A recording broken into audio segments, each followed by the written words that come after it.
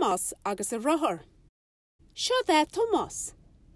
Tá rothair mór ag Thomas. Is mála mo rothair a dir Thomas.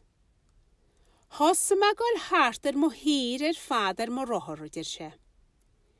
Dús, thug me an bór orm hain go dún an ngáil. Nach mé a bhí sásta thuasar mo rothair. Chó me thar hiche a bhí beg. Chó me thar hiche a bhí mór. Chó me thar hobar freisin. Is gear eile go meach me an nún an ngáil. Ach an sin, ceir de hála, ach bhí Paul I mo ro. Hit me an rothair an nuas a mór. Í hintrí a bhí an, lán le thoran agus le trop.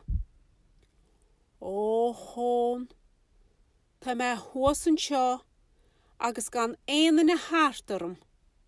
Ó hón ó.